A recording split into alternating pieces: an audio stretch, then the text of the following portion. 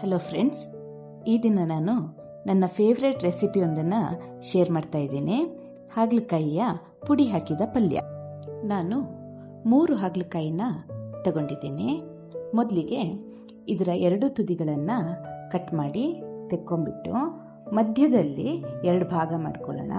ನಂತರ ಇದನ್ನು ಸೀಳಿ ಒಂದು ಸ್ಪೂನಿನ ಸಹಾಯದಿಂದ ಇದರ ಬೀಜನೆಲ್ಲ ಸ್ಕೂಪ್ ಮಾಡಿ ತೆಕ್ಕೊಳ್ಳೋಣ. ಈ ರೀತಿ ಬೀಜ ತೆಗಿಲಿಕ್ಕೆ ಬಹಳ ಸುಲಭ ಆಗುತ್ತೆ. ಆಮೇಲೆ ಇದನ್ನು ಪಲ್ಯಕ್ಕೆ ಬೇಕಾದ ಹಾಗೆ ಚಿಕ್ಕದಾಗಿ ಕಟ್ ಮಾಡ್ಕೊಳ್ಳೋಣ. ಈ ಹಾಗಲಕಾಯಿ ಅಂದರೆ ಎಲ್ಲರೂ ಮುಖ ಮುರಿತಾರೆ, ಕಾರಣ ಇದರ ಕಹಿ ರುಚಿ. ಹಾಗಲಕಾಯಿ ತನ್ನ ಕಹಿ ರುಚಿಯಿಂದಲೇ ಎಲ್ಲರಿಗೂ ಶತ್ರು. ಆದರೆ ಹಾಗಲಕಾಯಿಯ ಈ ಕಹಿ ಅಂಶ ಏನಿದೆ, ಇದು ನಮ್ಮ ಆರೋಗ್ಯಕ್ಕೆ ಬಹಳ ಮಿತ್ರ. ನೋಡಿ, ಈ ಹಾಗಲಕಾಯಿನ ಒಂದು ಚೂರು ಕಹಿ ಅನಿಸ್ದೆ ಇದರಿಂದ ಕಹಿ ಅಂಶ ತೆಗೆಯೋದು ಹೇಗೆ ಅನ್ನೋದಕ್ಕೆ ಒಂದು ಟಿಪ್ಸ್ ಕೊಡ್ತೀನಿ. ಈ ಹೆಚ್ಚಿದ ಹಾಗಲಕಾಯಿ ಏನಿದೆ, ಇದಕ್ಕೆ 1 ಸ್ಪೂನ್ ಪುಡಿ ಉಪ್ಪು, ಅರ್ಧ ಸ್ಪೂನ್ ಅರಿಶಿಣದ ಪುಡಿ ಹಾಕಿಬಿಟ್ಟು ಚೆನ್ನಾಗಿ ಮಿಕ್ಸ್ ಮಾಡಿ 1 ಗಂಟೆಗಳ ಕಾಲ ಹಾಗೆ ನೆನೆಯೋಕ್ಕೆ ಬಿಡಬೇಕು. ನೀವೇನಾದರೂ ಬೆಳಗ್ಗೆ ಈ ಪಲ್ಯ ಮಾಡ್ತೀನಿ ಅಂತಾದರೆ ರಾತ್ರಿನೇ ಇದನ್ನು ಹೆಚ್ಚಿಟ್ಬಿಟ್ಟು ಅರಿಶಿನ ಉಪ್ಪು 2 ಮಿಕ್ಸ್ ಮಾಡಿ ಫ್ರಿಜ್ಜಲ್ಲಿ ಇಟ್ಬಿಡಬಹುದು. ಹಾಗಲಕಾಯಿ ಏನಿದೆ ಇದು ಬ್ಲಡ್ ಶುಗರ್ ಲೆವೆಲ್ನ ಕಡಿಮೆ ಮಾಡುತ್ತೆ. ಹಾಗೆ ಇದು ಮಿನರಲ್ಸ್ ಮತ್ತು ವೈಟಮಿನ್ಗಳ ಹೇರಳವಾದ ಸೋರ್ಸ್ ಆಗಿದೆ. ನೋಡಿ, 1 ಗಂಟೆ ಆದಮೇಲೆ ಈ ರೀತಿ ಕೈಯಲ್ಲಿ ಹಿಂಡ್ಬಿಟ್ಟು ಹಾಗಲಕಾಯಿಯ ರಸ ತೆಗಿಬೇಕಾಗುತ್ತೆ. ಹಾಗಲಕಾಯಿ ಉಪ್ಪಿನೊಂದಿಗೆ ಸೇರ್ಕೊಂಡ್ಬಿಟ್ಟು ತನ್ನ ಕಹಿ ಅಂಶನೆಲ್ಲ ಬಿಟ್ಟಿರುತ್ತೆ. ಚೆನ್ನಾಗಿ ಹಿಂಡಿ ರಸ ತೆಗೆಯೋದ್ರಿಂದ ಇದರ ಕಹಿ ಅಂಶನ ಬಹಳಷ್ಟು ನಾವು ಕಡಿಮೆ ಮಾಡ್ಕೋಬಹುದು. ಇದು ಇಮ್ಯುನಿಟಿ ಬೂಸ್ಟ್ ಮಾಡುತ್ತೆ, ಲಿವರ್ ಹೆಲ್ತ್ನ ಸಪೋರ್ಟ್ ಮಾಡುತ್ತೆ, ಹಾಗೆ ವೆಯ್ಟ್ ಲಾಸಿಗೆ ಇದು ಬಹಳ ಉಪಯುಕ್ತವಾಗಿದೆ. ನೋಡಿ, ಹಾಗಲಕಾಯಿ ಎಷ್ಟು ಕಹಿ ರಸನ ಬಿಟ್ಟಿದೆ ಅಂತ ಹೇಳಿಬಿಟ್ಟು ನಂತರ ಇದಕ್ಕೆ ನೀರು ಹಾಕಿಬಿಟ್ಟು ಚೆನ್ನಾಗಿ ಗಿವುಚ್ಬಿಟ್ಟು ಮತ್ತೆ ಇದನ್ನು ನಾವು ಕೈಯಲ್ಲಿ ಹಿಂಡಿ ತೆಕ್ಕೊಳ್ಳೋದ್ರಿಂದ ಕಹಿ ಅಂಶ ಇನ್ನಷ್ಟು ಕಡಿಮೆ ಆಗುತ್ತೆ. ಈ ಪ್ರಾಸೆಸ್ನ 1-2-3 ಬಾರಿ ರಿಪೀಟ್ ಮಾಡಿ.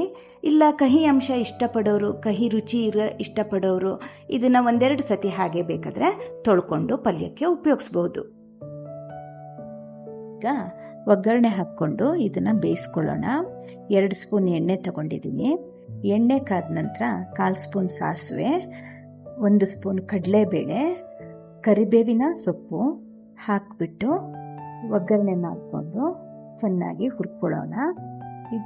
ಇದಕ್ಕೀಗ ಹೆಚ್ಚಿದ ಹಾಗಲಕಾಯಿಯ ಹೋಳುಗಳನ್ನು ಹಾಕ್ಕೊಂಡು ಚೆನ್ನಾಗಿ ಫ್ರೈ ಮಾಡಬೇಕು.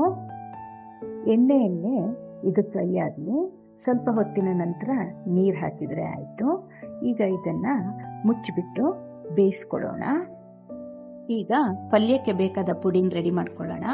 1/4 ಸ್ಪೂನ್ ಸಾಸಿವೆ, 1/4 ಸ್ಪೂನ್ ಜೀರಿಗೆ, 1/4 ಸ್ಪೂನು ಮೆಂತ್ಯೆ, ಅರ್ಧ ಸ್ಪೂನ್ ಉದ್ದಿನಬೇಳೆ, 1 ದೊಡ್ಡ ಸ್ಪೂನ್ ಕಡಲೆಬೇಳೆನ ಹಾಕ್ಕೊಂಡು ಡ್ರೈ ರೋಸ್ಟ್ ಮಾಡ್ಕೊಳ್ಳೋಣ. ಎಣ್ಣೆ ಹಾಕಬಾರ್ದು. ಈ ಕಡೆ ಹಾಗಲಕಾಯಿ ಎಣ್ಣೆಲಿ ಬೇಯ್ತಾ ಇದೆ ನೋಡಿ. ಒಮ್ಮೆ ಇದನ್ನು ಕೈ ಆಡಿಸ್ಕೊಂಬರೋಣ.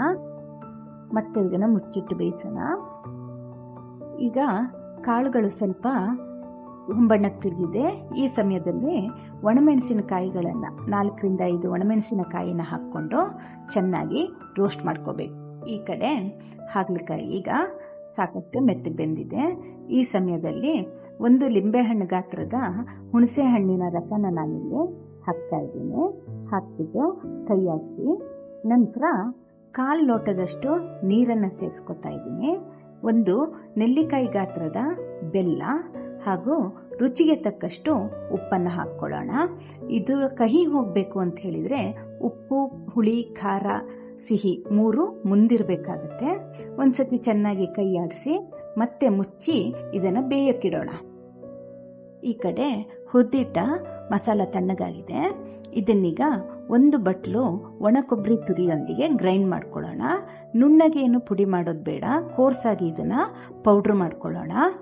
ನೋಡಿ, ಈಗ ಇದು ರೆಡಿ ಇದೆ. ಇಷ್ಟು ನೈಸಾಗಿ ಇದು ಪುಡಿ ಆದರೆ ಸಾಕು. ಸ್ವಲ್ಪ ತರಿನೇ ಇರಬೇಕಾಗುತ್ತೆ. ಈಗ ಹಾಗಲಕಾಯಿ ಸಾಕಷ್ಟು ಬೆಂದಿದೆ, ತುಂಬ ಮೆತ್ತಗೆ ಬೇಯಿಸಬೇಡಿ.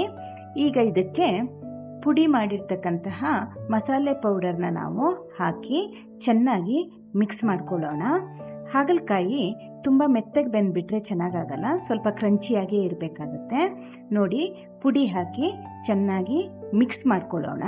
ಹೀಗೆ ಒಂದು 2-3 ನಿಮಿಷ ಬೇಯಲಿಕ್ಕೆ ಬಿಡೋಣ. ಈಗ ರುಚಿ ರುಚಿಯಾದ ಹಾಗಲಕಾಯಿ ಪಲ್ಯ ತಯಾರಿದೆ. ನಾಲ್ಗೆಗೂ ರುಚಿ, ಆರೋಗ್ಯಕ್ಕೂ ಹಿತ. ಇದು ಚಪಾತಿ ಜೊತೆ, ದೋಸೆ ಜೊತೆ, ಹಾಗೆ ಅನ್ನದ ಜೊತೆ ಕಲಸಿ ತಿನ್ಲಿಕ್ಕೂ ಸಹ ತುಂಬ ರುಚಿಯಾಗಿರುತ್ತೆ.